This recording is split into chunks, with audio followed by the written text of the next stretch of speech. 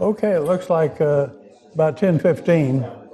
So I'm going to go on the basis of start my lecture and they will come. We'll see. Okay. I want to start by saying that I have a lot of good things to say about Milton Friedman. Okay, but not today. and the reason is we're dealing with money and macro and not with microeconomics and market theory generally. But I will say this much. I mean, if you look at Friedman on issues like rent control or issues like minimum wage, issues like international trade, and so on, he's an inspiration, and he's a good debater, and kudos to Friedman on all those things. The only thing I can't forgive him about, you might know that Friedman was spearheaded the move to end the military draft. And he succeeded. And what I can't forgive him for is he didn't do it quite quick enough to save me. I spent 4 years in the military. Okay. Now, today it's Hayek and Friedman head to head, but as you'll see pretty quickly, Keynes is right in the middle of it. He's right in the middle of everything, and so can't keep him out here. But in bringing in Keynes, we'll get a better idea about Friedman and his differences with Hayek. Here we go. Start with the level of aggregation, which is something I can deal with very quickly on a summary basis, but it's something I want to draw your attention to early on in this lecture. And I start with an overstatement. It's not my overstatement. It comes from Axel Leijonhufvud, who's a Swedish economist, but Austrian sympathizer to a large degree. Your aggregation scheme is your theory. When you pick up a macro textbook, it's almost like some throat-clearing remarks about, okay, look, we've got income, we've got consumption, we've got investment, we've got government spending, so now we're ready to go. Let's get some theory working here for us, okay? And yet what you want to realize is that by specifying that as your aggregation scheme, those are the four aggregates you're going to pay attention to, that means that you've already decided that there's nothing going on within any one of those aggregates that have any claim on our attention. And of course, there's that investment aggregate sitting there that will be graphed against this, that, and the other thing, but never explored in its interior, okay? And of course, the Austrians will say, no, you've got to look at the structure of capital, the structure of investments, all right? So it's a good place to start. Now, I'm going to look at the three of them, Keynes, Friedman, and Hayek. I think we can do it fairly quickly. Theorizing at a high level of aggregation, Keynes believed that market economies perform perversely. I had that written before as Keynes argued. He didn't really argue it, he just believed it. They behave perversely, especially the market mechanisms that bring saving and investment in line with one another. Seeing unemployment and resource idleness as the norm, that's because he was looking out the window during the 30s, the Great Depression was on. Keynes called for counter-cyclical fiscal and monetary policies and ultimately for a socialization of investment. That's in quotes, that socialization of investments. That's in his swan song, chapter 24 of the General Theory. His fiscal and monetary policies were aimed at just propping up capitalism long enough to usher in some more reasonable form of economics, namely socialism. That's Keynes, high level of aggregation. But if we look at Friedman, he's got a higher level of aggregation. Friedman, his monetarism was based on a still higher level of aggregation, the equation of exchange, MV equal PQ. More about that later. How many already know what MV equal PQ mean? Quite a few. We'll get to it that don't. Q is total output, everything. That's consumption and investment. In other words, his level of aggregation doesn't even allow a distinction between consumption and investment, although he would admit that investment tends to be a little more erratic than consumption. So it puts in eclipse the issues of the allocation of resources between current consumption and investment for the future, and certainly puts into eclipse any kind of ongoings within the investment sector.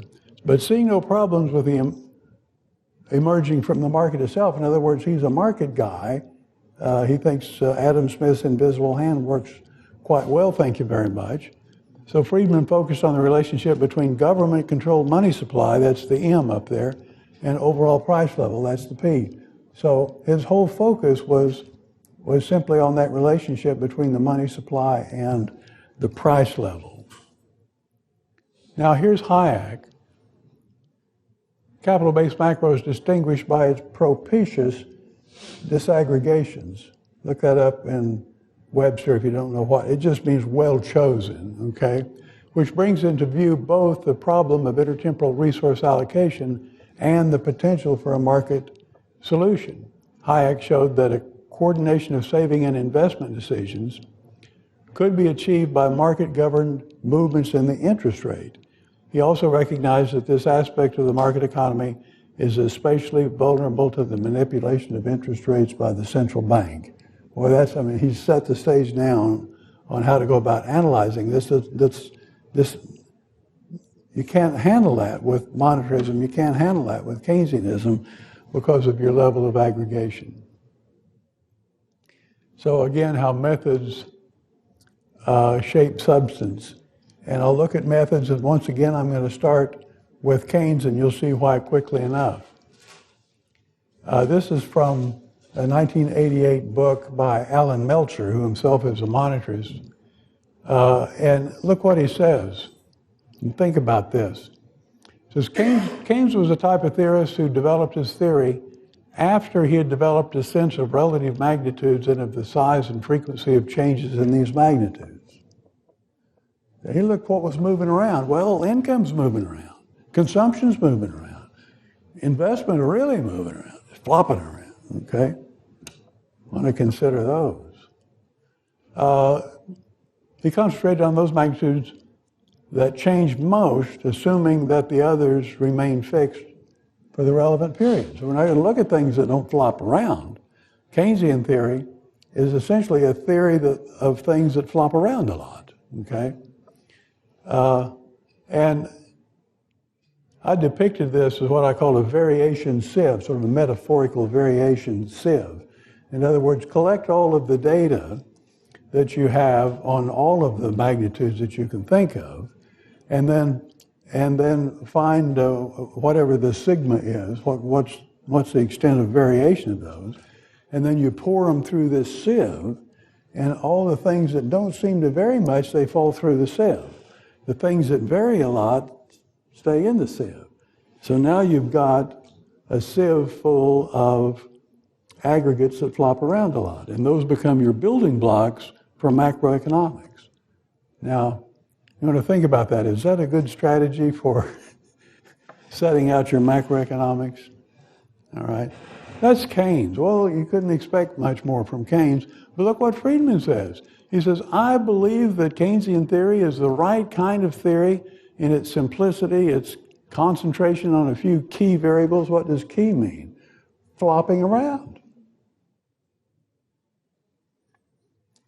Key magnitudes and potential fruitfulness. By potential fruitfulness means you can use your econometric skills to analyze these things. Because any of you have taken any econometrics or statistics or whatever, you know that if you have an independent variable that doesn't change, there's no sense in putting it in. It's not going to explain any of the dependent variable. How could it? It doesn't change.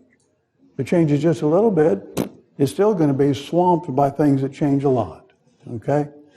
So here they're using their econometric techniques as a criteria for trying to figure out what's actually relevant to do.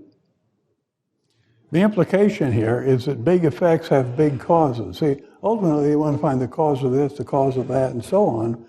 But they seem to think that there's a relationship between the size of the effect and the size of the cause. In fact, more than that, Friedman is on record in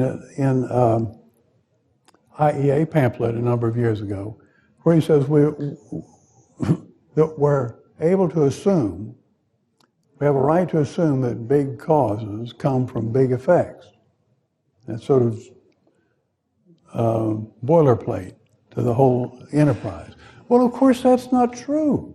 Now, some big causes have big effects. Some big effects have big causes.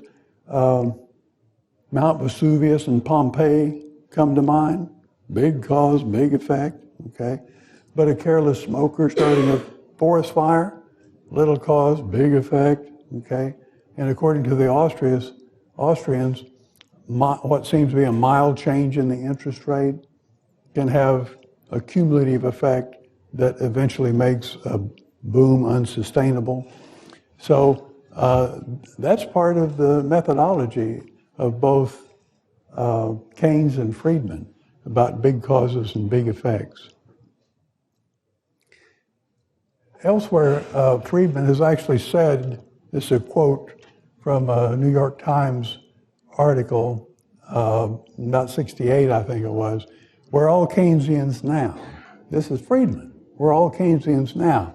Now, he was misinterpreted. He didn't mean to say that we're all in favor of active fiscal policy, discretionary monetary policy, policies about budget deficits and so on.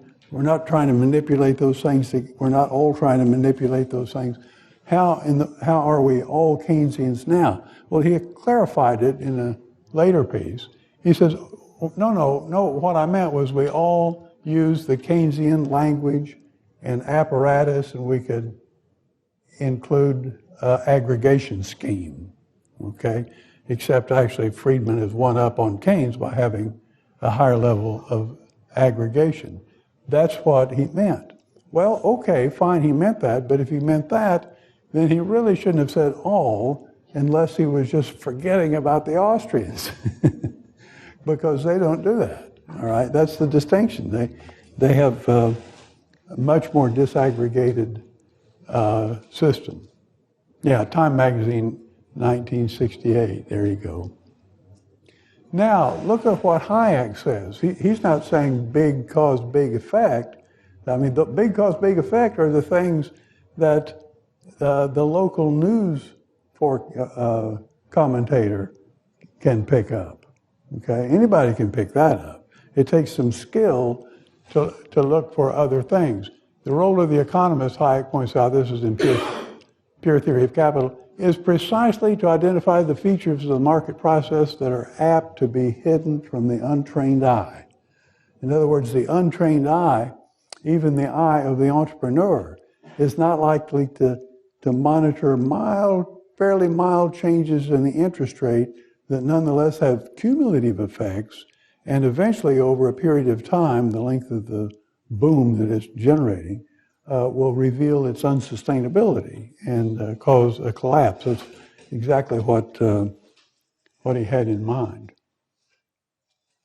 For Hayek, then, the cause and effect relationship between central bank policy during the boom and the subsequent economic downturn have a first-order claim on our attention. Let's figure out why this growing economy all of a sudden went bust.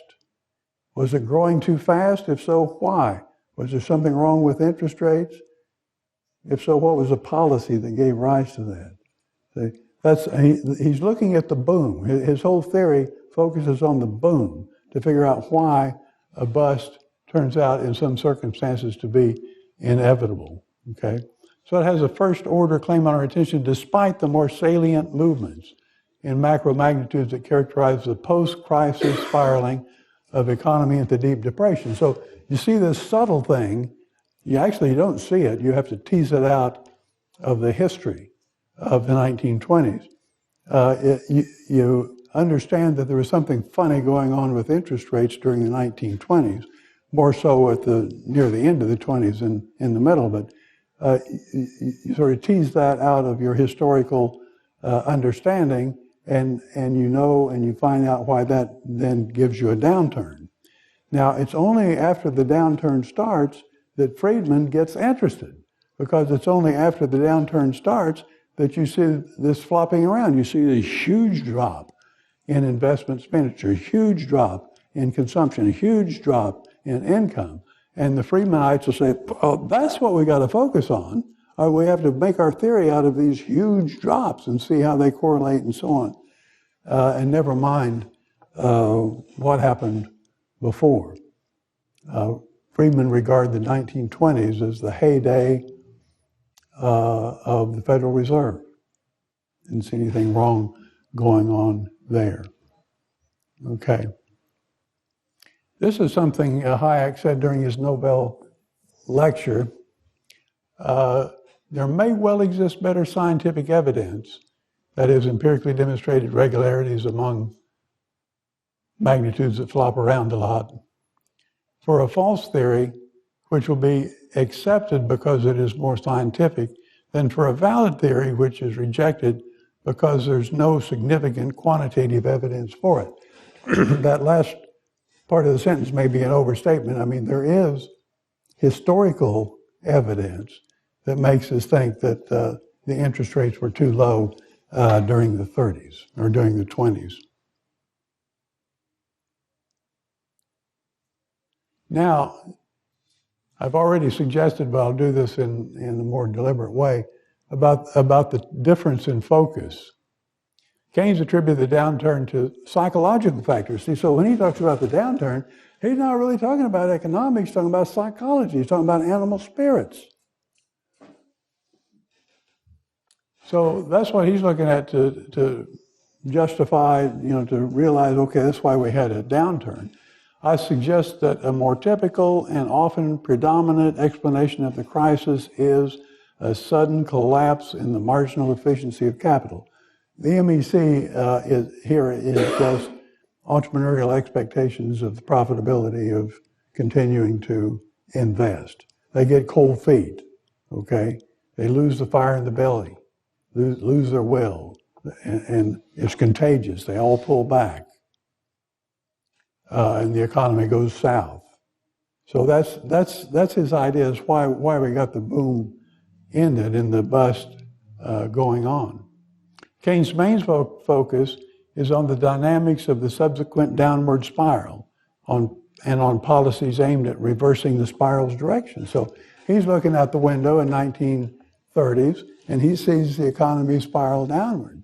And he's trying to think up policies that make them spiral back upwards, okay? Independent of just why they started the spiral, but if you really want to know why they started the spiral, psychology, animal spirits, and so on, okay? That's Keynes. Friedman, he's just dismissive about the issue. And I've picked these expressions out of the literature of monetarism. Dismissive about the whole issue of the cause of the initial downturn, referring to it as, and this is only a partial list, ordinary, run-of-the-mill, routine, garden variety recession. Well, what does that mean? I mean, shouldn't the economists be able to explain the economics of a recession? Why is there a recession? No, that's just an ordinary garden variety, run-of-the-mill recession. That's not what we're interested in. Of course, we're not interested in it because we don't have the data. We don't have a set of data that will allow us to investigate this econometrically, empirically. And so instead, we look at the post-recession dive into deep depression. And he makes that distinction. There's the recession, and then there's the spiraling into deep depression. And it's the spiraling into deep depression that he wants to analyze. So he's really pretty consistent with Keynes here, except he doesn't mention animal spirits, okay? So his focus is on the policy blunders that occurred on the heels of the downturn and on the correlation between a decrease in the money supply and the decrease in GDP. That's the Q, output. real output is GDP, real GDP, that's the Q in MV equal PQ. Now there are lots of other things going on too that cause this spiraling, but this was a biggie, the contraction of the money supply. And this is not exactly a paraphrase, but it's in the spirit and in the tone that Milton Friedman uses, especially in lecturing. The correlation between movements in the money supply and movements in the total output leaves no doubt about the central issue. In other words, those things go down together. I've heard one commentator say that Friedman speaks in a tone as if he's talking to a group of students that were made to stay in after class because of not getting things straight.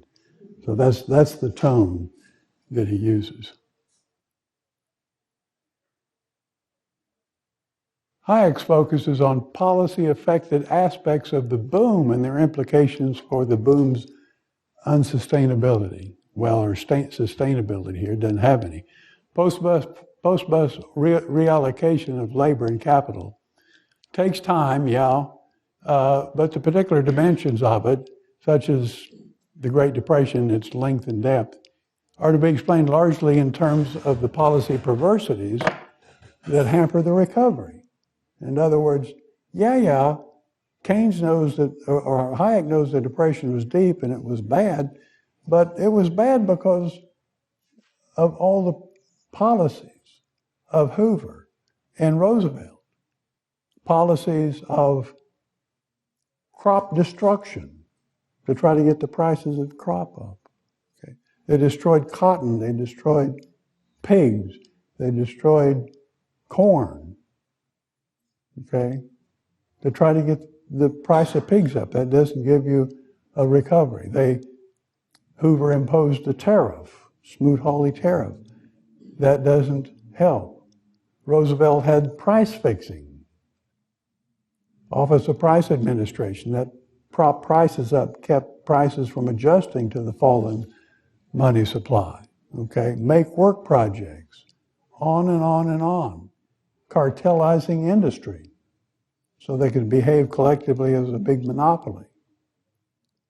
All of these things took their toll in the Great Depression. Hayek knew that, okay, but it wasn't part of his business cycle theory, because his business cycle theory was aimed at showing why there was a downturn in the first place, why the growth during the 20s wasn't healthy growth.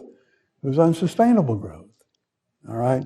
Many of people have rejected the Austrian theory on the grounds that the misallocation of capital, well, okay, maybe there was some misallocation of capital, but it just wasn't enough to explain how that depression was so deep and why it was so long. Well, no, it doesn't explain that. It wasn't intended to explain that. Nobody ever thought it explained that, okay? But people like Gottfried Haberler made that argument, Lionel Robbins, and so on, both of whom at one time were sort of tuned into the Austrian theory of the business cycle. Query here, I don't know why it's in orange. I guess we put queries in orange. Can we justifiably say the bigger the boom, the bigger the bust? And you do read that. It's in Rothbard, it's in other places. But if you read Rothbard carefully, when he explains why that is true, the bigger the boom, the bigger the bust, he's talking about a bust to reallocate the misallocation that went on during the boom, okay? He talked about the necessary reallocation, meaning made necessary by the money caused misallocation during the boom.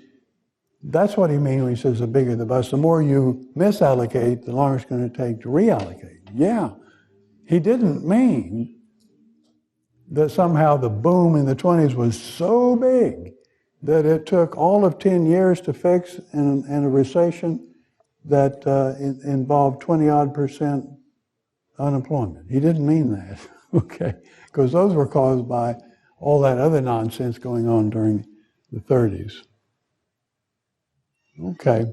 So for Friedman, the full analysis of a business cycle consists almost wholly of an empirical accounting of the depression's depth and length, especially the depth in terms of the collapse in the money supply. For Hayek, Austrian theory is fundamentally a theory of the unsustainable boom and the subsequent reallocations of misallocated resources, accounting for the actual depth and length of the depression that ensues requires an economic and historical account of each particular episode. All right. Now, I put this up here just to drive a point home. Case of the cabbage-eating Mississippi monster. Hell, we'll see.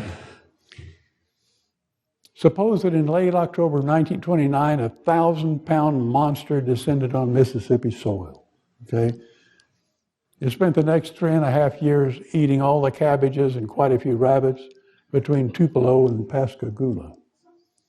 By early March of 33, the monster weighed 4,000 pounds, started at 1,000, okay? 2 investigators are sent to Mississippi to get a handle on the situation. One's from Vienna and one is from Chicago, okay?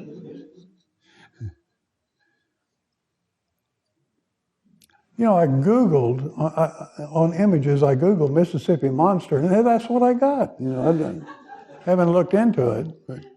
So the Viennese investigator asked, where in the world did this hideous thing come from? This is from Vienna.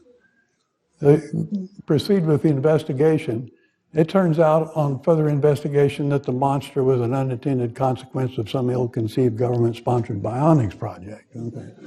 Well, but then, case closed, you know, we figured it out. Now here's the Chicago economist. The Chicagoan shows up, shoves the Austrian aside, you know. This is part of their temperament too, not necessarily Friedman, but of other monitors.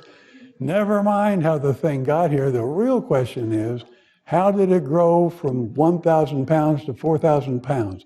How did an ordinary run-of-the-mill garden variety monster quadruple in weight in 40 months, okay?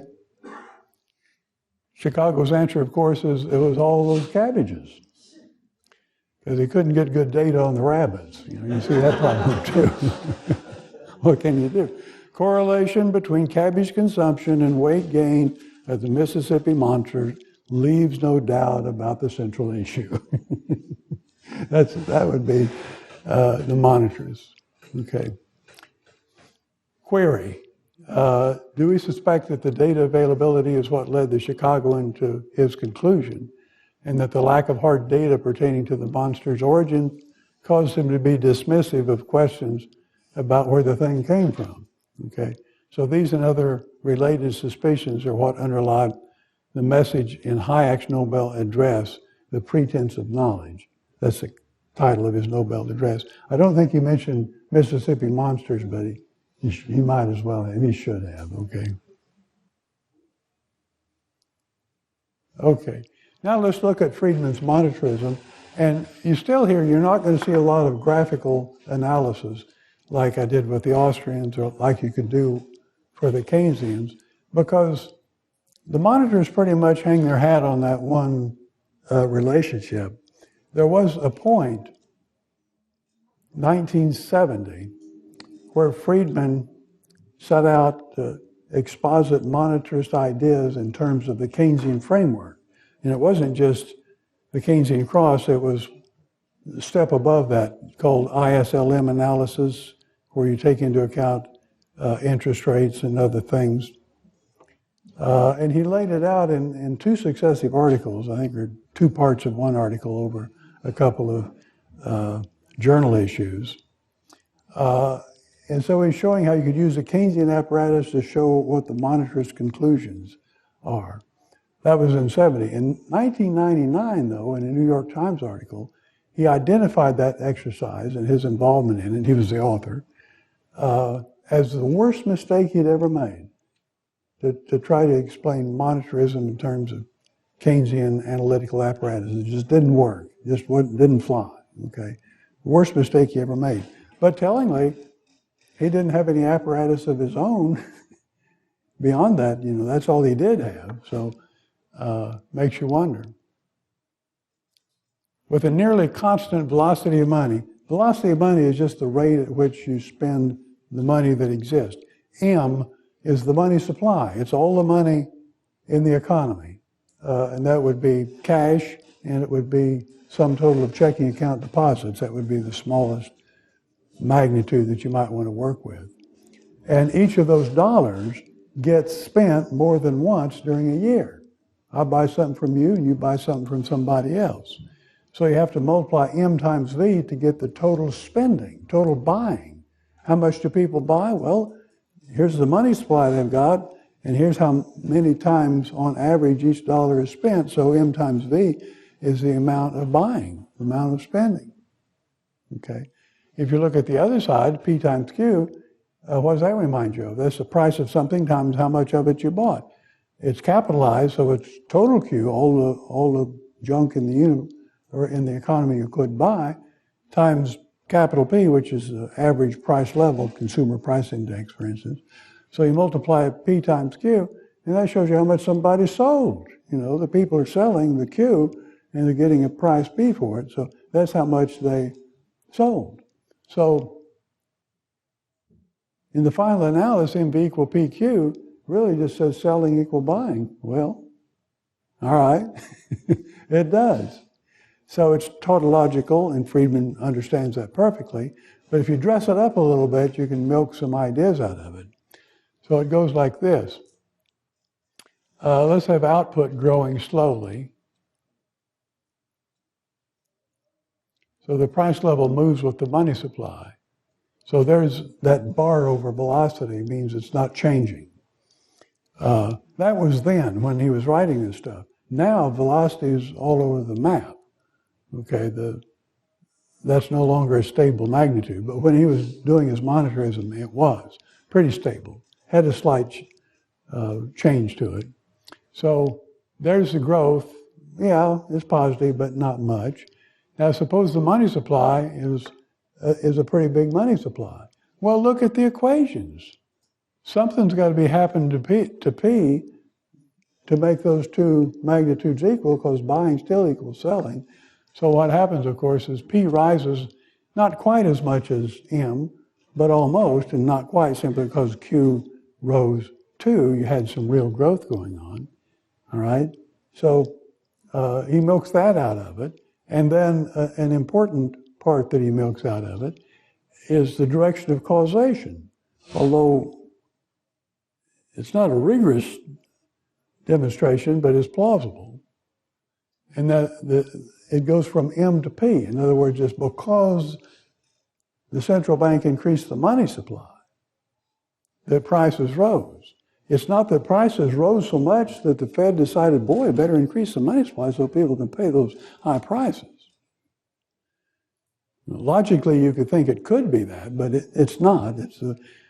You had the monetary expansion. Why would they do that? It turns out because they depress interest rates and goose up the economy when they do that. But that's not part of this theory, okay?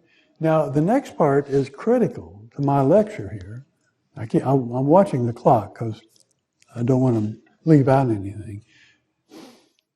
And that is, there's a long lag, with a lag of 18 to 30 months. 30 months, 2.5 years. So in other words, you increase the money supply, prices go up, it takes 2.5 years for it to go up. This is in the literature of monetarism as a long and variable lag. I mean, 18 to 30 is a pretty wide range there. In my time and money, I referred to that aspect, that lag, as the soft underbelly of monetarism. They haven't really accounted for the length of that lag. And in one of Friedman's last books on monetary theory, it's called Monetary Mischief. I think it came out in 93 or something like that, Monetary Mischief. He recognized this as the major unsettled issue of monetarism. It's a major unsettled issue of why in the world it would take that many months for prices eventually to adjust to the money supply. Well, we'll milk that a little bit later and show how that works. Okay. What Friedman did milk out of this, and kudos to Friedman for this, inflation is always and everywhere a monetary phenomenon. Let's go back to that. That was in a 1968 book called Dollars and Deficits, or Deficit and Dollars. Must have been the other way, Dollars and Deficits. That's probably the most quoted thing out of Hayek or out of Friedman. Well, good. We ought to get that message across. And so Friedman's monetary rule is he thinks the money supply should be increased at a slow and steady rate to achieve long-run price level constancy. In other words, here, if you've got that little bit of growth, okay, we'll just get that little bit of money. And he doesn't mean even match it on a year-to-year basis, because you don't know how much the economy is going to grow this year.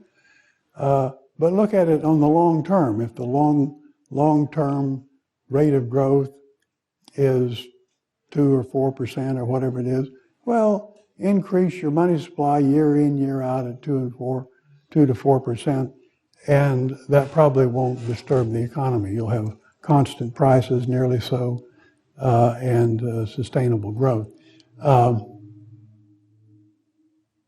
he's in trouble here in two ways. One, having price level constancy isn't actually argued for as the proper goal. In fact, the Austrians would say that you really want increases in productivity to lead to reductions in prices. That gains from productivity can be enjoyed by customers, by consumers, in terms of getting things for a lower price. Okay, so the Austrians would dispute the price level constancy as the goal, and even Friedman himself in his later writings realized that there was something wrong with his monetary rule because it clashed with his general idea that bureaucrats don't do what's good for the economy, they do what's good for themselves. So the Federal Reserve Bank doesn't have the incentive to implement that rule. They have other incentives to pump up the economy, to finance projects by the government and so on, all right? So anyhow, you get a constant price level with that deal. Well, what happens within the Q aggregate? Now we're going to go Austrian on him.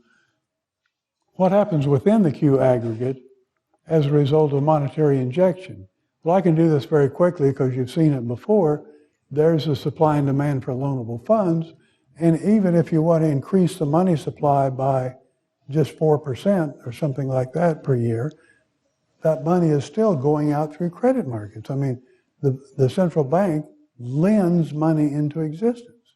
They add to the supply of savings money that was created for the purpose of keeping the price level constant, but doesn't involve any saving at all. And so you get that shift to the right of the money of the savings.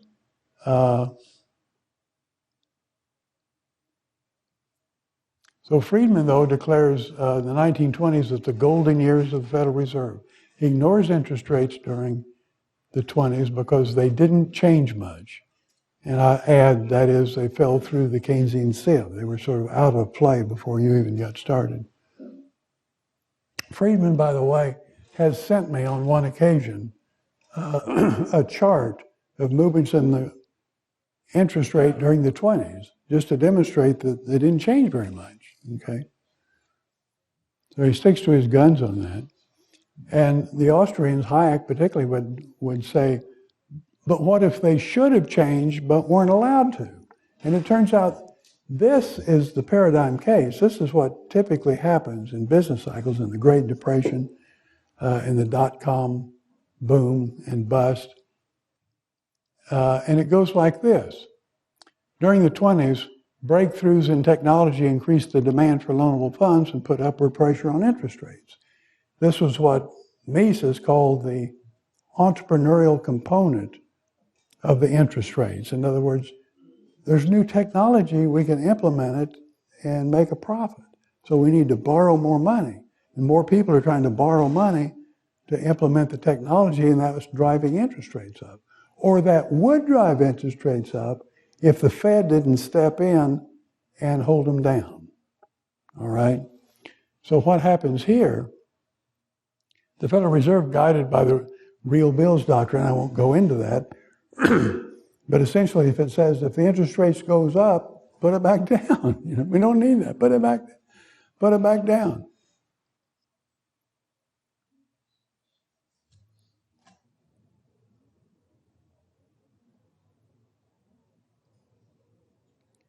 Still miss something here. Okay, so seeing no change in interest rates when they should have risen because of technological advances, Hayek was able to identify some critical forces hidden from the untrained eye. That's what Hayek was talking about when he says that's what you have to look for. There's the query: which view of Friedman's or Hayek's is more firmly anchored in the empirical historical circumstances of the 20s? I think the Austrians are better anchored. Okay, so does Keynes recognize the significance of the loanable funds market in the context of business cycles? No, we've seen already he threw that whole diagram out. No, he denies that saving depends on the interest rate, and he all but denies that investment depends on the interest rate, so he jettisons the loanable funds market theory.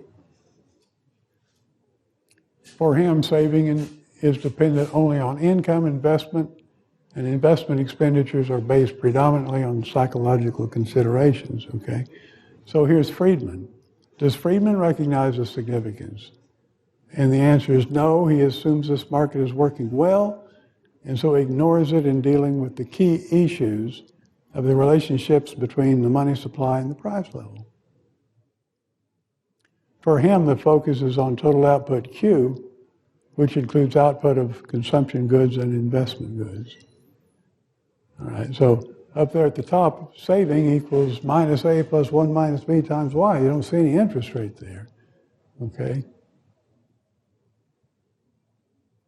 And I equals I sub 0.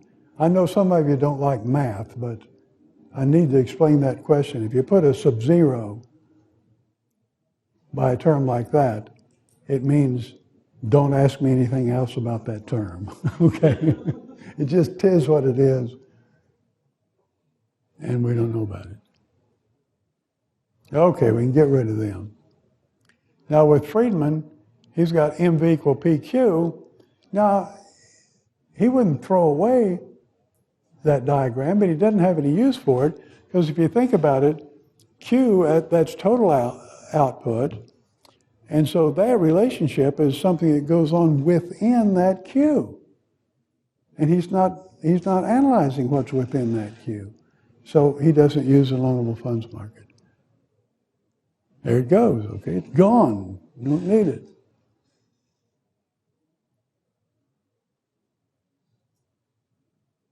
Friedman's view of monetary contraction, it's the same as expansion, except we're going the other way. Sharp monetary contraction puts downward pressure on P and Q. If P is sticky downwards, he didn't generally think they were sticky downwards, but certainly during the Great Depression, they didn't fall very much, didn't fall very fast, but precisely because of New Deal policies and Hoover policies to prop them up. So it's really dangerous to have a money supply collapse and have the government propping up prices. Evidence shows that between October of 29 and March of 33, decreased in was the essential primary dominant cause of the decrease in Q. So if P is either sticky, as Keynes believed, or wasn't allowed to fall much, as Hoover and Roosevelt ensured, then a decrease in M is going to give you a big decrease in Q. okay? Now that's the caving into depression. The correlation between movements in the money supply and movements in total output leaves no doubt as to the central issue. Again, that's Keynes' focus. Here's a critical comparison, and I want to go through this pretty quickly, but I think you can see. I'm going to compare the dot-com boom and bust, that's 90s, and I say cushioned by an underlying real growth. I mean, the dot-com revolution, boy, talk about an increase in technology that could be exploited for the good of lots of people. There it was, okay? No question about it. There was something good going on, all right? The other one is the housing boom and bust. And I don't say cushioned by, I say compounded by mortgage market distortions. Now, the distortions were good for a few people that were able to buy a house and hold on to it and not get caught underwater later. But by and large, overall, it was a disaster from the beginning. So that aspect of the boom that was driven in large part by mortgage market distortions, holding interest rates down by eliminating the risk, not really eliminating it, but fobbing it off through Fannie Mae and Freddie Mac, and then to anybody who wants to buy the derivative securities. And the homeowner then doesn't have the risk that otherwise would have been there. And look at the two cases. In the case of .com, you start out with an increase in the demand for loans because people want to take advantage of the new technology in the .com industry. Okay, so that puts upward pressure on interest rates. Well, fine, let the market adjust. We have a new equilibrium rate.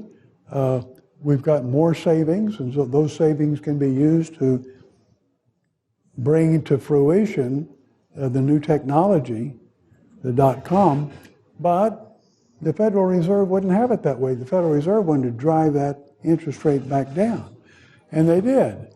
So in other words, they increase the supply of money. They don't really increase savings, they just add to it some increment of money. And it causes the supply to shift rightward and puts the interest rate back down. But now look what's happening. Now savings is back where it was before, but investment reflects the money provided by the Fed. So you've got investment exceeding saving. And you've got an overinvestment, you've got malinvestment, because interest rates are lower than they should be. So you really do have to tease that out of the history, because you don't see the interest rate rising. You see it not rising when technological developments suggest that they should, okay? Now, look at the big contrast with the boom and bust in the housing episode. That didn't start by new technology. That started with a distortion of the housing market, okay? And that is, we have increased supply of credit that put downward pressure on interest rates, okay? Now you have all these subsidies to housing. And when you do that, that gives you low interest rates. But guess what? If it had stopped there, then that would have meant that funds that generally were available to manufacturers are going the other direction because you're getting more secure loans since the government is picking up the risks, okay? So to keep that from happening, they increase the money supply still more, like that. And now all of a sudden, you really got the interest rates in the basement. That's why you saw interest rates so low around 2004, 2005, and of course lower still now. And so if you look at this, so you have a double shift in the supply of loanable funds, compounded both the downward pressure on interest rates and the excessive borrowing. the artificial boom rode piggyback on the distortion of mortgage markets. So that didn't leave you a cushion to fall back on, because you've got monetary distortions added to regulatory distortions. So when that sucker comes undone, the economy really is going to be in bad shape, as it is, as it was.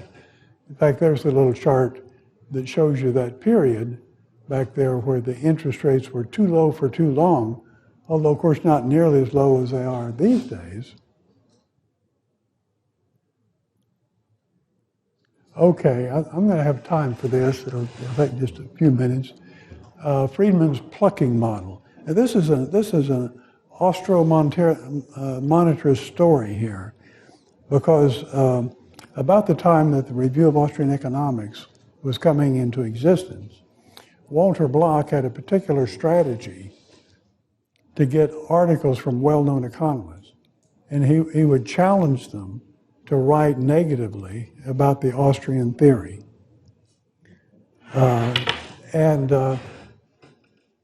He challenged Friedman. He said, would you write an article explaining just what it is you think is wrong about the Austrian theory? And Friedman wrote back is right. We didn't do email in those days, but he wrote back and he says, well, I've already done that, and I don't want to do it again. So Block had to ask him very apologetically, I'm sorry I missed it, where did you do it?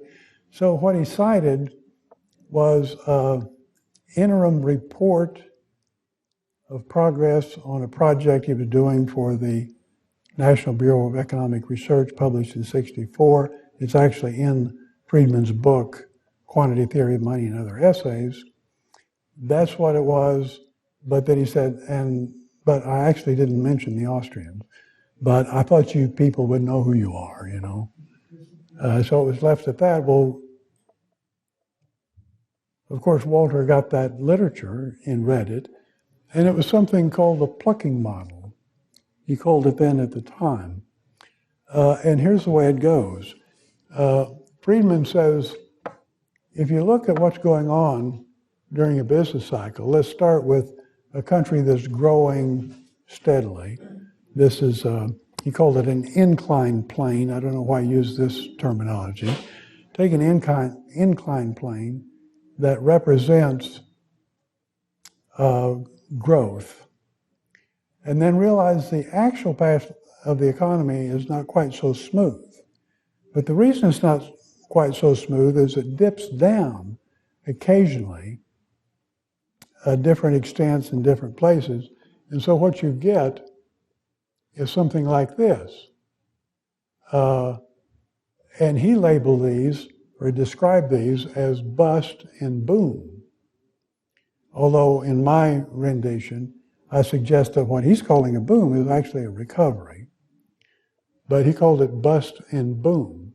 And so you could think there was maybe something in the early 20s, and then a big thing, then Great Depression, and then a later depression, maybe .com, okay? That's the way it is. He says those silly Austrians, they're always talking about boom-bust cycles, as if the bust depends on the strength of the previous boom.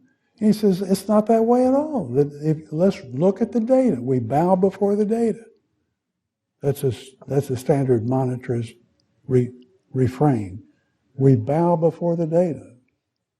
And what we see is we don't have boom-bust sequences. We have bust-boom sequences.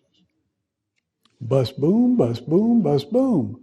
And yeah, sure enough, the boom is just about the same as the previous bust. So it's not that the Austrians are just wrong. So they're really kind of cute. But I'm not sure he said cute. But they're just not talking about, they're not explaining anything that needs to be explained because of this bust-boom cycle, okay? Well, it turns out just shortly after that, there was a birthday party for Friedman, and he was asked to do a paper. Well, he hadn't worked on monetary theory for years. So what he did was write about the plucking model and got it as a lead article in Economic Inquiry.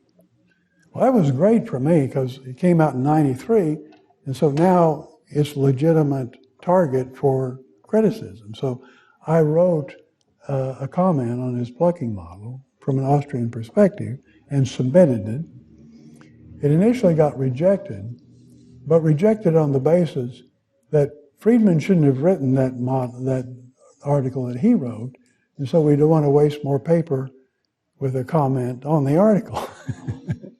Eventually, though, the editor overruled and published the paper in Economic Inquiry. So I have a plucking model, and of course what I show there is that his boom is really a recovery, one, and two, the actual boom is something that's already hidden in his incline plane because it's at the high level of aggregation. It's C plus I, okay? And so that gets hidden away in the incline plane. Okay, what have we got? Oh, there's Friedman. Now, I want to get through this too. We'll make it. Friedman and Knight versus Hayek and Menger, because I want to link this to my first chapter. How many saw my first article on capital theory? A lot of you see it anyhow. Why was Milton Friedman so unreceptive to the Austrians' capital theory? And my first answer is because of his attitude towards prices and production. I'll tell you a quick story here, maybe. I was at a conference in San Francisco, I think it was in '86, and during a break, there was a three-way discussion between me and Leland Yeager and Milton Friedman. Friedman, for some reason or other, was talking about how hard to read Dennis Robertson is. You can't read this book very easily at all. It's really turgid, you know. I don't know why he was talking about that, but he was. And then all of a sudden he interrupted himself. And he turns to me and pointed at me. And when Friedman points at you, you know, you kind of pay attention. He pointed at me. He says, I'll tell you another book that's impossible to read. He said, Prices and Production. He said, I challenge you to read that book and tell me what's in it. Okay? Well, right there, you know he's not exactly warming up to the theory. So what does he do instead? Here we're going with this lag again. What goes on in the short run? It's Knight and Clark. All right? Now, let's read through this. We've got time. He starts his story when the Fed has already increased the money supply and it's in the hands of the public. Now, something funny went on in that process, but that's where he starts. So he says, holders of cash will bid up the price of assets. If the extra demand is initially directed at a particular class of assets, say government securities or commercial paper or the like, the result will be to pull the prices of such assets out of line with other assets and thus widen the area which the extra cash spills. Okay, the increased demand will spread sooner or later, affecting equities, houses, durable producer goods, durable consumer goods, and so on, though not necessarily in that order. These effects can be described as operating on interest rates, he puts it in quotes, if a more cosmopolitan, I put i.e. Austrian, interpretation of interest rates is adopted, then the usual one refers to a small range of marketable securities. Now here's the killer. See, there's the Knight-Clark model. And even to help you read this, so you can read it without your head swimming, I put sources in orange and services in green, okay? Let's see if you can follow this. He said the key feature of this process, he's thinking, he's got a hardwired Frank Knight Clark in his mind, and he didn't know what Hayek wrote. The key feature of this process in which interest rates are low is that it tends to raise the price of sources, orange, of both producer and consumer services, green, relative to the price of the services themselves. It therefore encourages the production of such sources and, at the same time, the direct acquisition of the services rather than the sources. But these reactions, in their turn, tend to raise the price of services relative to the price of sources, that is, to undo the initial effect of the interest rate. Well, if you just convert the Knightian stuff to Hayek stuff, you get a much different story, don't you? You don't get this service and sources stuff. But then he goes on, the final result may be a rise in expenditures all the way around, and that's P going up, without any change in the interest rate at all. I mean, the whole boom-bust cycle is finished anyhow at that point. Interest rates and asset prices may simply be a conduct through which the effect of monetary policy change is transmitted to expenditures without being altered at all. How could it be altered if all it was doing is juggling sources and services? Okay. What about the actual hardware in the economy? Nothing about that. And I think when he does try to account for the lag, here's what he says. It may be that monetary expansion induces someone within 2 or 3 months to contemplate building a factory within 4 or 5, to draw up plans within 6 or 7 to get construction started. The actual construction may take another 6 months, and much of the effect on the income stream may come still later, insofar as initial goods used in construction are withdrawn from inventories and only subsequently lead to increased expenditures by suppliers. So here, that's the Austrian theory. That's the Austrian theory. In other words, get rid of sources and services and put in full-bodied capital structure, and his 18 months is simply this period where the economy is overheating and you've got misallocation of resources, and then the rest of it is the Keynesian spiral, okay? So that's what it amounts to.